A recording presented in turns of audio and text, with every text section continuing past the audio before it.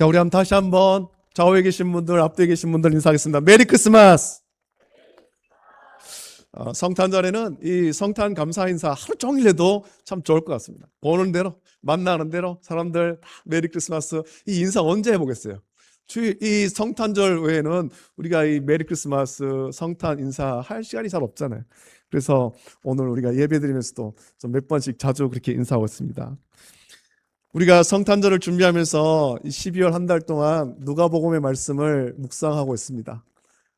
사가랴가 천사가 하나님께 예배하고 있던 사가랴에게 천사가 나타나서 그 아들 세례 요한을 낳게 할 것이다. 그 말씀부터 시작해서 오늘 이제 예수님께서 성육신하시고 천사들이 들에서 밤에 들에서 자기 양을 치던 목자들에게 예수님의 탄생 소식을 전하고 그들이 이제 베들레헴으로 달려가서 구유에 누이신 예수님을 찾아 경배한 이 말씀까지 우리가 묵상합니다. 우리는 누가복음 2장 8절부터 20절 이 목자들이 천사들의 소식을 듣고 예수님을 경배한 이 말씀을 통해서 오늘은 크리스마스 선물 이 제목으로 말씀을 함께 나누려고 합니다. 미국에 아주 유명한 소설가가 있습니다. 단편 소설을 많이 썼는데 오 헨리라는 사람입니다. 이 오 헨리는 유명한 미국의 대표적인 단편 소설가입니다. 그가 쓴 소설이 여러 있습니다. 크리스마스 선물을 비롯해서 마지막 잎새, 여러분 들어보셨죠? 그런 소설을 들어보시지 않았습니까? 마지막 잎새, 그리고 경찰과 찬송가, 붉은 추장의 몸값, 이런 소설들을 많이 썼습니다. 이 중에 여러분이 아는 소설도 있죠. 뭐 크리스마스 선물, 마지막 잎새, 이런 거 아주 유명하잖아요. 오 헨리의 작품 중에 크리스마스 선물은 그 중에서도 세상에 참 많이 알려진 아주 유명한 소설입니다. 그 내용을 보면 가난한 한 신혼부부가 나옵니다. 가난하지만 서로를 아주 뜨겁게 사랑했던 신혼부부 델라와 짐이라는 두 사람의 이야기입니다. 크리스마스를 앞두고 아내인 델라는 자 이제 크리스마스가 다가오니 남편인 짐에게 크리스마스 선물을 주고 싶은데 선물을 살 돈이 없는 거예요. 이 부부가 가난하죠. 선물을 살 돈이 없습니다. 그래서 고민 끝에 아내 델라는 남편에게 어떤 선물을 주면 좋을까? 자, 남편이 가문 대대로 물려받은 유산으로 물려받은 금시계가 있는데 이게 줄이 없어가지고 그냥 주머니에만 넣고 다니는 거죠. 그래서 그걸 보면서 안타까워해서 내가 남편에게 줄 선물 그 시계에 줄을 사야 되겠다 생각한 겁니다. 그래서 자기의 자랑인 긴 머리칼, 금빛 머리카락을 잘라서 그걸 팔았습니다. 남편 짐도 내가 사랑하는 아내 델라에게 크리스마스를 맞이해서 뭔가 선물을 줘야 될 텐데 난 가진 것이 없고 어떻게 선물을 줄까 생각을 하다가 나에게 이 금시계가 있는데 이거 줄도 없고 그냥 주머니만 넣고 다니는 거 이거 이렇게 다녀보면 뭐 하겠나 이거 팔아서 아내를 위한 선물을 사야 되겠다. 무슨 선물을 사면 좋을까? 내 아내의 머리카락이 정말 금빛으로 예쁜데 그 머리카락을 이쁘게 단장할 머리핀을 사면 좋겠어 생각한 거예요. 그래서 대대로 물려온 금시계를 팔아 아내 델라의 아름다운 금빛 머리에 꽂을 예쁜 머리핀을 샀습니다. 성탄절 아침에 두 사람이 이제 성탄을 축하하면서 선물을 주었죠. 여보 성탄 축하해요. 여보 성탄 축하해요. 그러면서 예쁘게 포장된 선물을 서로에게 주는 겁니다. 두 사람은 선물을 받으니 너무 기분이 좋죠. 선물을 확인합니다. 포장을 뜯고 선물을 열어봅니다. 선물을 보고 너무 당황한 거예요. 머리카락이 없는데 머리핀을 선물로 받았고 시계가 없는데 시계줄을 선물로 받았기 때문이죠. 여러분 세상의 기준으로 보면 이들의 선물은 쓸모없는 것이 되어버린 겁니다. 아무데나 쓸 데가 없는 머리카락이 없는데 꽂을 수가 없잖아요. 시계가 없는데 시계줄이 필요가 없잖아요. 세상의 기준으로 보면 이들의 선물은 쓸데없는 것이 되어버렸습니다. 하지만 이 아이러니한 상황 속에서 두 사람은 서로를 위해서 자신을 내어준 사랑이야말로 가장 값진 선물임을 깨닫는 것입니다. 사랑하는 남편을 위해서 사랑하는 아내를 위해서 자기가 가지고 있던 가장 값진 것을 내어주는 겁니다.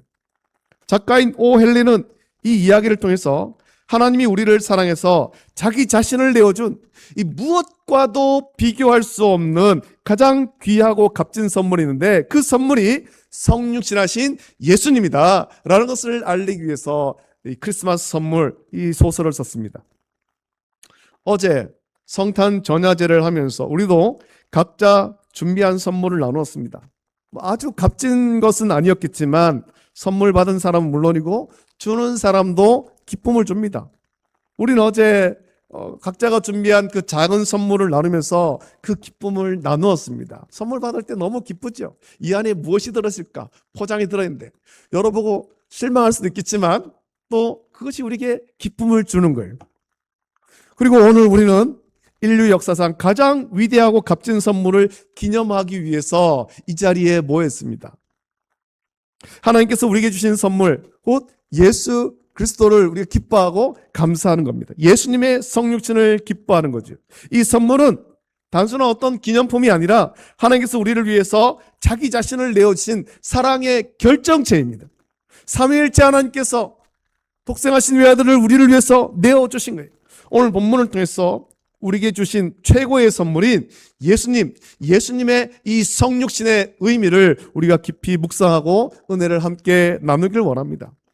먼저 우리는 이 선물이 전달된 그 시점의 역사적 배경을 좀 살펴봐야 됩니다. 구약의 마지막 선자 말라기 이후에 하나님은 이스라엘에게 약 400년 동안 침묵했습니다. 굉장히 긴 시간 아닙니까? 우리나라 조선의 역사가 500년이에요.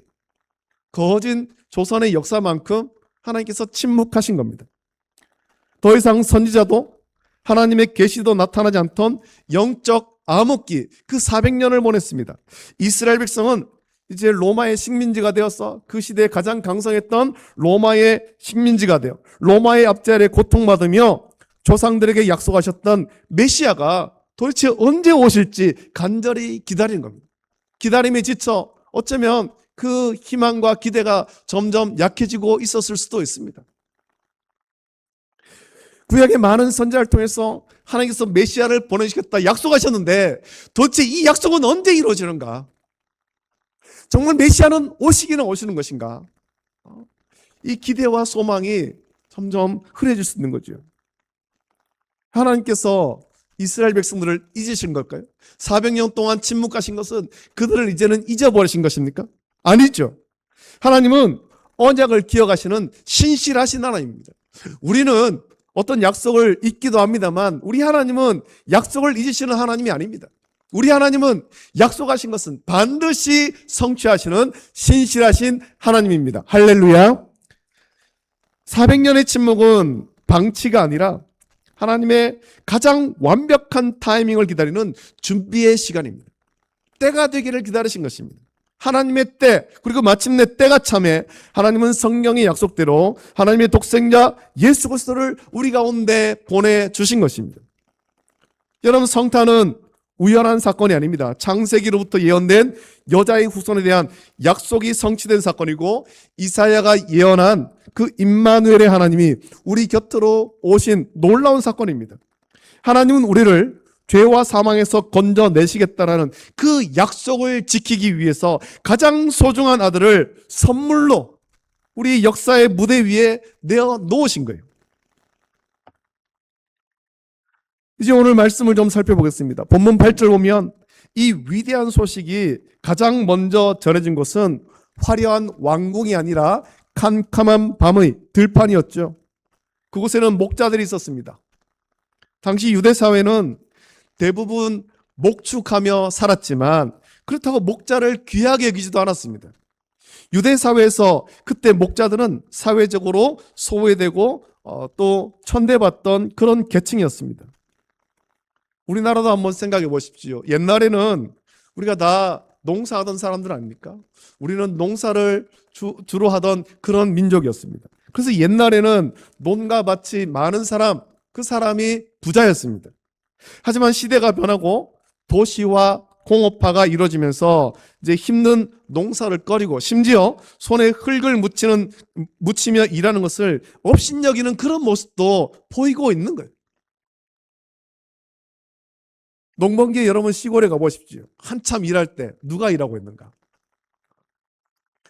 이제는 기계화가 많이 이루어져 있지만 그래도 아직 손이 필요한 일이 있거든요. 그 일을 누가 하고 있냐면 우리나라 사람이 하고 있지 않습니다. 대부분은 외국에서 온 노동자들이 그 일을 하고 있다는 겁니다. 이제는 우리나라 사람들도 농사를 잘 안 하려고 해요. 손에 흙을 묻히는 일을 안 하려고 하는 겁니다. 그거 힘든 일이라는 거죠. 예수님이 성육신 하실 때 유대 사회가 목자를 대하는 것도 그랬습니다. 그들의 삶의 기반은 목축이었습니다만 어느덧 목자 존중하기보다는 그런 일은 가진 것이 없고 많이 배우지 못한 사람들이나 하는 것으로 여기게 된 겁니다. 또 종교적으로도 그들이 목축을 하다 보니까 정결 예식을 지키기 어려워서 부정한 사람으로 취급받기도 했습니다.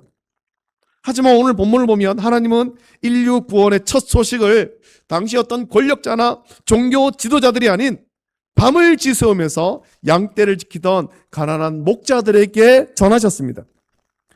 8절부터 10절 말씀 보면 그 지역의 목자들이 밤에 밖에서 자기 양떼를 지키더니 주의 사자가 곁에 서고 주의 영광이 그들을 두루 비추매 크게 무서워하는지라.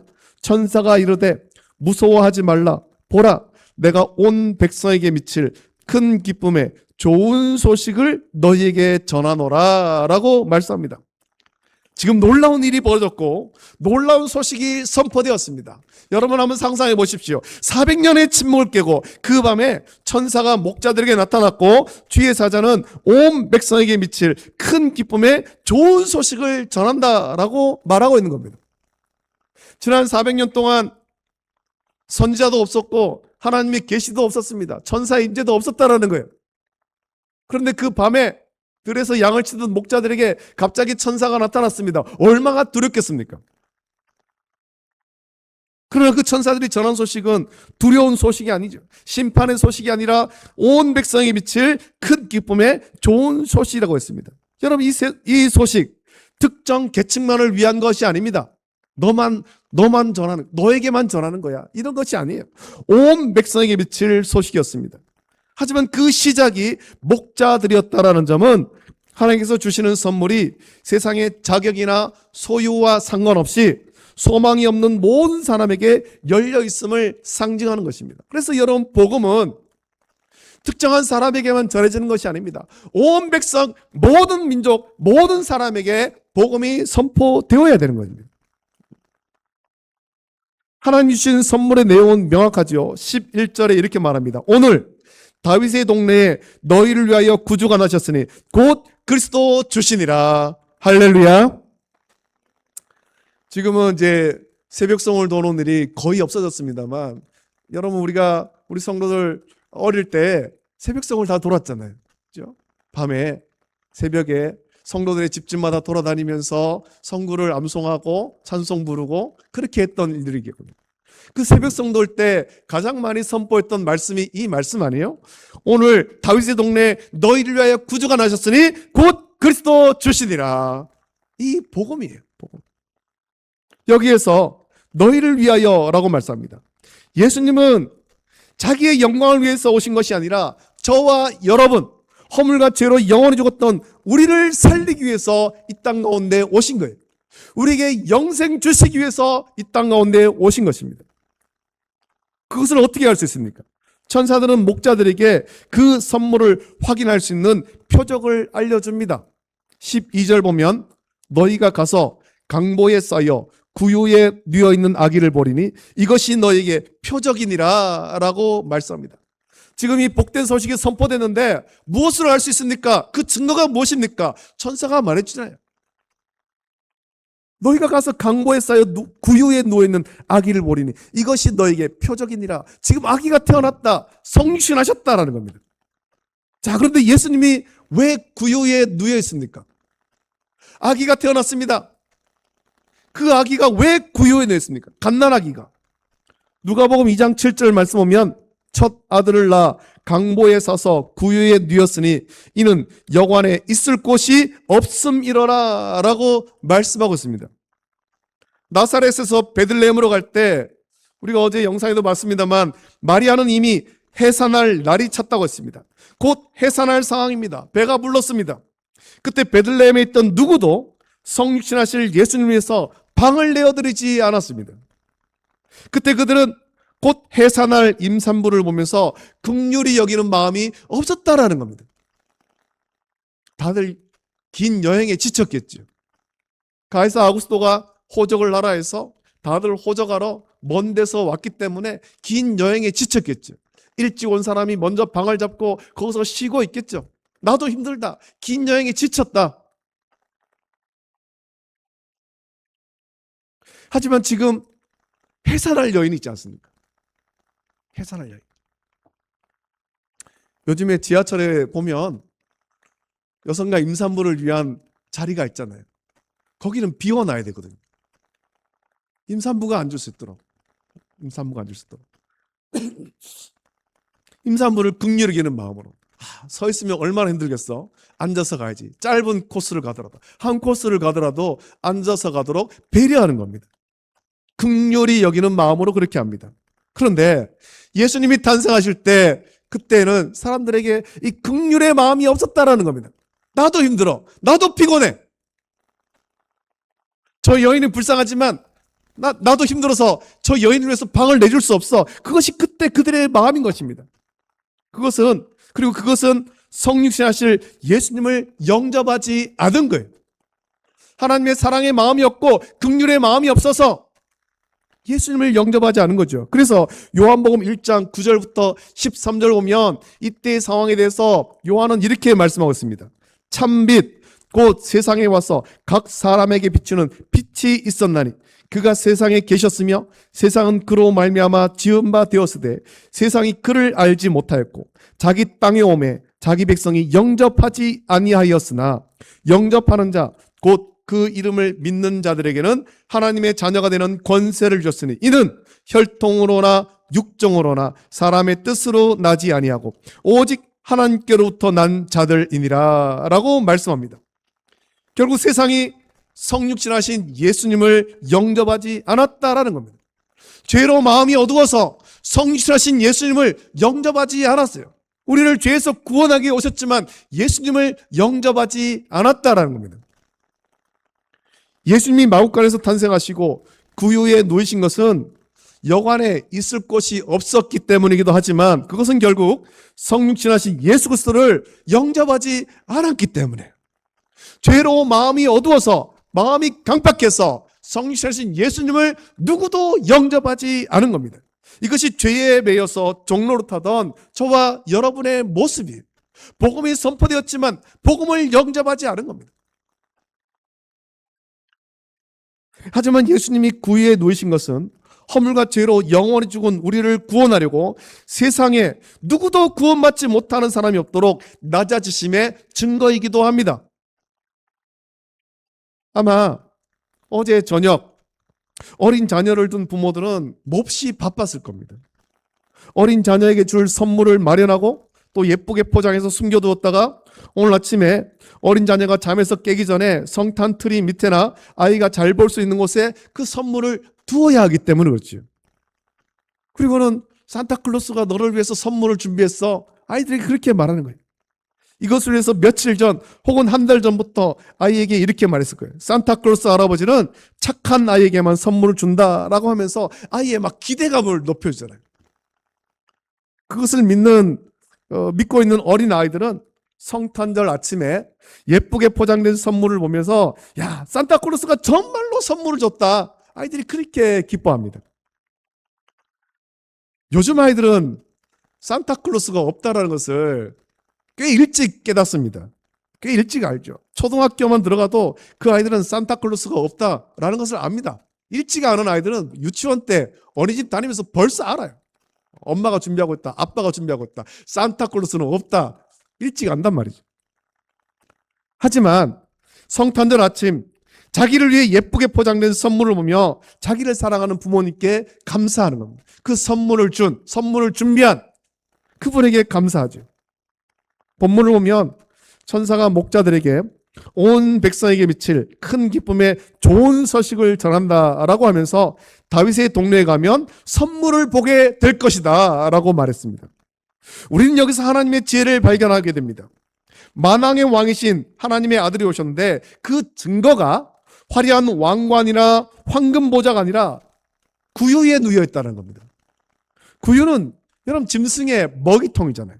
가장 높으신 분이 가장 낮은 곳에 오셨습니다. 자, 이것이 왜 우리에게 선물이 됩니까? 허물과 죄로 영원히 죽었던 우리, 세상의 어떤 것으로도 만족할 수 없고 소망을 발견할 수 없던 우리에게 하나님은 낮아짐을 통해서 우리에게 다가오신 것입니다. 구유에 누이신 예수님은 우리가 겪는 모든 고통과 비천함을 친히 겪으시겠다는 하나님의 의지인 겁니다. 가장 낮고 비천해서 그 누구도 구원받지 못하는 사람이 없도록 예수님이 가장 낮아지신 겁니다. 하나님은 우리에게 좋은 것 주기를 원하시는 분입니다. 건강과 물질, 평안, 이 모든 것도 하나님께서 우리에게 주시는 선물입니다만 하나님이 주신 가장 크고 가장 귀한 선물은 예수님 자신이에요. 성육신하신 예수님이 가장 귀한 선물인 것입니다. 예수님이라는 선물 안에는 구원의 기쁨과 영생의 감격, 그리고 무너진 삶을 일으키는 회복의 소망이 모두 들어있기 때문에 그렇습니다. 그래서 예수님께서 공생애를 시작하시면서 하신 일이 병들고 귀신 들린 자들에게 찾아가셔서 그들의 병을 고쳐주시고 귀신을 쫓아내 주시는 것입니다. 약하고 삶이 무너진 자들을 회복시켜 주시는 거잖아요. 그것을 통해서 구원의 기쁨과 또 영생의 그 은혜를 베풀어 주시는 거예요. 여러분, 하나님의 선물은 결국에는 사랑의 완성입니다. 선물은 누가 누구에게 줍니까? 사랑하는 사람이 사랑하는 자에게 선물을 주잖아요. 말로만 사랑한다 하지 않으시고 가장 귀한 독생자를 제물로 내어주심으로써 하나님께서 우리를 향한 그 사랑을 확증했습니다. 그래서 로마서 5장 1절부터 8절에서 바울은 이렇게 말하고 있습니다. 그러므로 우리가 믿음으로 의롭다 하심을 받았으니 우리 주 예수 그리스도로 말미암아 하나님과 화평을 누리자. 또한 그로 말미암아 우리가 믿음으로 서 있는 이 은혜에 들어감을 얻었으며 하나님의 영광을 바라고 즐거워하느니라. 다만 이뿐 아니라 우리가 환난 중에도 즐거워하나니 이는 환난은 인내를, 인내는 연단을, 연단은 소망을 이루는 줄 알미로다. 소망이 우리를 부끄럽게 하지 아니함은 우리에게 주신 성령으로 말미암아 하나님의 사랑이 우리 마음에 부은 바 됨이니 우리가 아직 연약할 때에 기약대로 그리스도께서 경건하지 않은 자를 위하여 죽으셨도다. 의인을 위하여 죽는 자가 쉽지 않고 선인을 위하여 용감히 죽는 자가 혹 있거니와 우리가 아직 죄인 되었을 때 그리스도께서 우리를 위하여 죽으심으로 하나님께서 우리에 대한 자기의 사랑을 확증하셨느니라 라고 말씀하고 있습니다. 예수님의 성육신은 우리를 향한 하나님의 사랑으로 이루어진 것이며 우리를 사랑해서 죄에서 구원하려고 성육신하신 예수님이 이제 십자가에 못 박혀 우리의 모든 죄와 허물을 대신 지고 죽으신 것은 우리를 향한 하나님의 사랑을 확증한 것입니다. 여러분, 이것보다 더 큰 선물이 어디 있겠습니까? 생명을 주는 것보다 더 큰 선물이 어디 있습니까? 이것보다 더 분명한 증거가 어디에 있냐는 겁니다. 나를 살리려고 예수님께서 대신 죽으셨다. 이것보다 더 큰, 더 분명한 증거가 어디 있냐는 거죠. 나를 살리려고 삼위일체 예수님께서 하늘 영광 버리시고 낮고 낮은 이 땅에 나와 같은 인간이 되셨다. 이것보다 더 분명한 증거가 어디 있습니까? 목자들이 그 밤에 천사들에게 들은 소식이 이것이었고 400년간 침묵하셔서 이제는 우리를 잊으셨다라고 얘기하며 소망 없이 살아가던 자들이 하나님이 우리를 여전히 사랑하신다라는 그 소식을 들었고 하나님이 여전히 우리를 사랑하신다는 증거를 확인했습니다. 베들레헴으로 달려가서 구유에 누이신 아기 예수님을 본 겁니다. 그래서 15절부터 17절 말씀 보면 천사들이 떠나 하늘로 올라가니 목자가 서로 말하되 이제 베들레헴으로 가서 주께서 우리에게 알리신 바 이 이루어진 일을 보자 하고 빨리 가서 마리아와 요셉과 구유에 누인 아기를 찾아서 보고 천사가 자기들에게 이 아기에 대하여 말한 것을 전하니라고 말씀합니다. 여러분, 목자들은 지체하지 않았습니다. 선물의 소식을 들었습니다. 큰 기쁨의 소식을 들었습니다. 그것을 듣고 멍하니 있지 않았습니다. 하나님이 선물을 주셨다는데 그 선물을 즉시 보고 싶어 했습니다. 여러분, 어제 우리가 성탄 전야제를 하며 선물을 나눌 때 그 안에 무엇이 들어있는지 우리 모르잖아요. 여러분 빨리 뜯어보고 싶지 않았습니까? 저도 선물을 받고 난 다음에 저 뒤에서 먼저 뜯어봤어요. 먼저 막 뜯어봤습니다. 보고는 너무 좋아했죠. 선물은 그런 거죠. 선물을 받았으면 그거를 그냥 포장한 채로 그냥 가만히 두는 것이 아니라 빨리 열어봐야 돼요. 빨리. 그리고 20절 말씀 보면 목자들은 천사들이 말한 대로 하나님이 우리를 사랑하셔서 주신 선물, 온 백성에게 미칠 큰 기쁨의 좋은 소식으로 오신 성육신 하셔서 구유에 누이신 아기 예수님을 보고 나서 하나님께 영광을 돌리고 찬송하며 돌아갔습니다. 그리고 그들은 자신들이 듣고 본 것을 전하기 시작하죠. 선물을 받은 사람은 그 기쁨을 감출 수 없는 겁니다. 내가 이런 선물 받았어. 그걸 보면서 사람들에게 자랑하고 싶어 하잖아요. 오헬리가 쓴 크리스마스 선물에 그 델라와 짐이 서로를 위해서 소중한 것을 팔았듯이 하나님은 우리를 얻기 위해서 하나님의 생명보다 귀한 그 독생자를 내어주셨습니다. 이제 이 선물을 받은 우리는 어떻게 살아야겠습니까? 독생하신 외아들 예수 그리스도를 선물로 받은 오늘 저와 여러분들은 어떻게 살아가야 되겠느냐는 거죠. 여러분 선물의 가치를 날마다 묵상하십시오. 우리가 받은 이 선물은 세상의 무엇과도 비교할 수 없는 귀한 것입니다.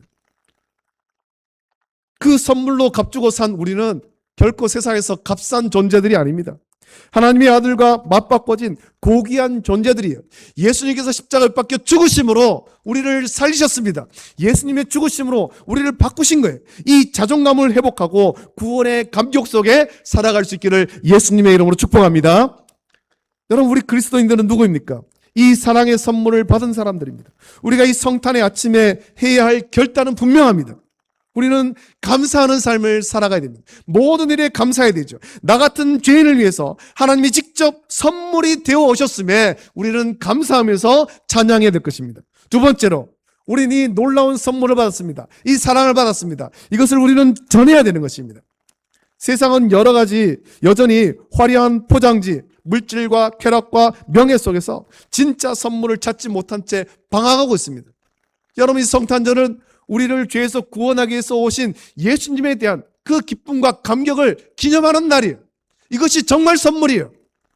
이 선물의 의미를 알지 못하는 세상 가운데 이 선물의 의미를 전해야 되죠. 우리는 이 사랑의 선물을 깨닫지 못하는 세상에 예수 그리스도라는 진짜 선물을 전하는 배달자가 되어야 되는 겁니다.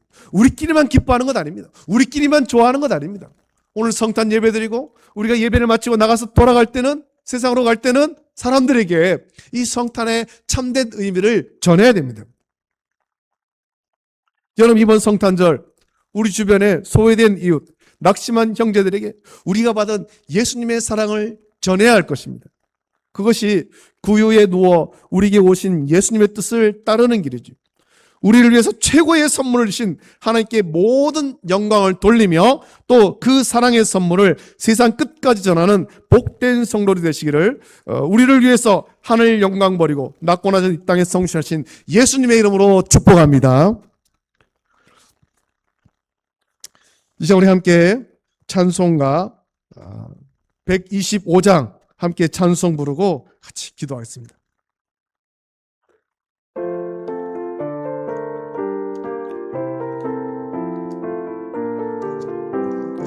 자, 우리 손뼉을 치면서 함께 찬양합니다.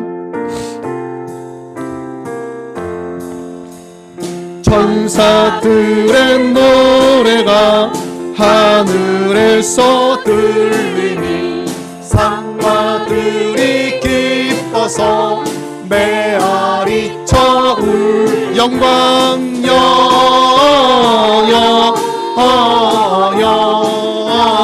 영광을 높이 계신 주께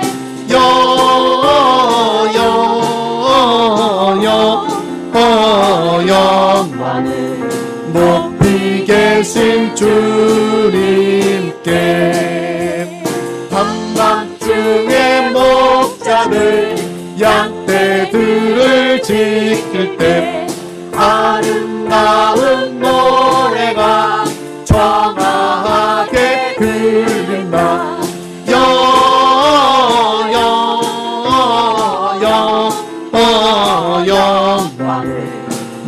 높이 계신 주께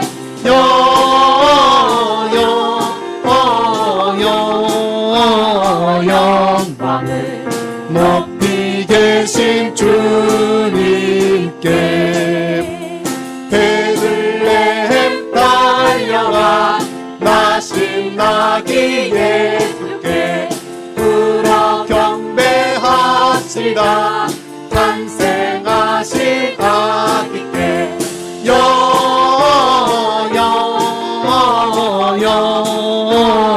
영광을 높이 계신 주께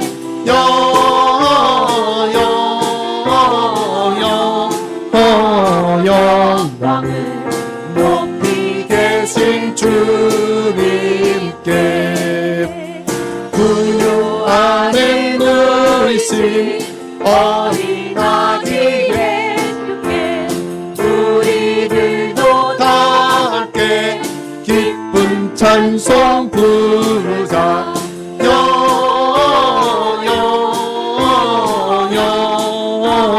영광을 높이 계신 주께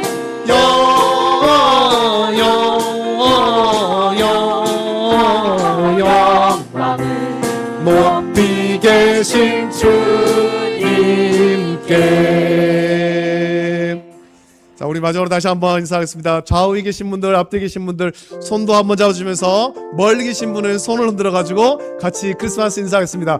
메리 크리스마스. 메리 크리스마스. 네, 이 시간에 우리 함께 같이 한번 기도하면 좋겠습니다. 이 시간에 마음 모아서 같이 기도할 텐데 그렇습니다. 주님, 하나님께서 우리에게 이 귀한 선물, 세상의 그 무엇과도 비교할 수 없고 무엇으로도 살 수 없는 이 놀라운 선물을 주셨는데 이 선물을 받은 자로 합당한 믿음의 삶을 살고 세상 가운데 이 귀한 선물을 날마다 전하고 감사하는 삶을 살 수 있도록 은혜 주시고 또 이 성탄절을 맞이하면서 이 땅 가운데 하나님의 위로와 평화가 온전하게 임할 수 있도록 은혜 베풀어 주시옵소서. 이 제목 가지고 우리 간절하게 합심하여서 함께 기도하겠습니다. 거룩하신 아버지 하나님, 사랑과 은혜를 감사드립니다. 오늘 성탄을 맞이하며 하나님께 예배하게 하심을 감사함을 드립니다. 아버지 하나님, 이 성탄절 아침 우리 모든 성도가 한자리에 모여서 하나님께서 우리를 위해서 보내신 놀라운 선물 예수님의 탄생을 기뻐하고 감사하며 감사 예배드리게 하심을 감사드립니다. 아버지 하나님, 놀라운 사랑, 놀라운 선물을 받은 자로서 합당하도록 믿음의 삶을 살았도록 은혜를 부르시며 하나님께 온전한 영광 돌리는 삶을 살았도록 은혜를 베풀어 주시옵소서. 아버지 하나님, 세상은 점점 성탄의 의미가 퇴색하고 성탄의 찬송이 멈춰지고 있습니다. 아버지 하나님이 이 세상 가운데 성탄의 참된 의미를 다시 한번 전하게 하시고 또 아버지 하나님, 이 성탄절을 맞이하며 아버지 하나님, 하늘의 위로와 평화가 다시 한번 이 땅 가운데 임하게 하여 주시옵소서. 아버지 하나님, 이 땅 가운데 그 누구도 주의 사랑 받지 못한 사람 없도록 주여 은혜를 베풀어 주시고 또 우리가 날마다 그 은혜에 감사하고 감격하며 아버지 하나님, 주님의 사랑을 세상 가운데 널리 전하도록 은혜를 베풀으시고 우리를 변화시켜 주시옵소서. 오늘 온전토록 우리에게 성탄의 큰 기쁨과 감격이 넘쳐날수록 주님 함께하여 주시기를 원하며 거룩하신 예수님의 이름으로 감사 기도드리옵나이다. 아멘. 거룩하신 아버지 하나님, 사랑과 은혜를 감사합니다. 허물과 죄로 죽었던 우리를 살리시고자 하나님께서 독생하신 외아들 우리에게 선물로 보내심을 감사드립니다. 아버지 하나님, 성탄절을 맞이하며 사람들이 서로 선물을 주고받고 그 기쁨을 누립니다. 그러나 그 기쁨과는 참 비교도 할 수 없는 놀라운 선물 하나님께서 우리에게 주셨음을 감사드립니다. 독생하신 외아들 예수 그리스도를 통해서 우리가 죄에서 구원받고 하나님 자녀가 되게 하심을 감사드립니다. 아버지 하나님, 이 성탄절을 맞이하며 그 성탄의 참된 의미를 우리가 가슴 깊이 새기게 하여 주시길 원하고 이 은혜에 감사하고 이 은혜를 세상 가운데 전하게 하여 주시옵소서. 아버지 하나님, 점점 세상 가운데는 성탄의 의미가 퇴색되고 잊혀지고 있습니다. 이럴 때 먼저 믿은 우리가, 먼저 구원받은 우리가 성탄의 참된 의미를 온전히 누리고 기뻐하고 감사하며 이것을 세상 가운데 다시 한번 선포할 수 있도록 은혜를 더 입혀 주시옵소서. 아버지 하나님, 우리를 위해서 구주가 나셨다. 우리를 죄에서 구원하기 위해서 구주가 나셨다. 이 귀한 소식, 복된 소식, 아버지 하나님, 이것을 온 세상 가운데 널리 전하게 하시고 주님 다시 오실 그날까지 이 기쁨을 누리고 선포하는 우리 모든 성도일 수 있도록 은혜를 베풀어 주시옵소서. 오늘 아버지 하나님, 연약한 성도에게 강건함 허락하여 주시고 또 마음이 힘든 성도를 위로하여 주시기를 원합니다. 하늘의 평강과 또 위로가 이 땅 가운데 온전히 임하도록 주여 은혜를 베풀어 주시옵소서. 감사합니다. 이제는 우리 주 예수 그리스도의 은혜와 하나님 아버지의 사랑하심과 성령님의 감화 역사 교통하심이 우리를 죄에서 구원하기 위하여서 하늘 영광 버리고 낮고 낮은 이 땅에 우리와 같이 연약한 인간의 몸을 입고 오신 예수님의 그 성탄을 기뻐하고 감사하며 이 은혜를 온전히 세상 가운데 전하기를 결단하는 우리 모든 성도들 머리 위에, 함께 예배하는 우리 모든 성도들 머리 위에, 가정과 자녀와 직장과 생업 위에 이제부터 영원토록 함께 있을지어다. 아멘.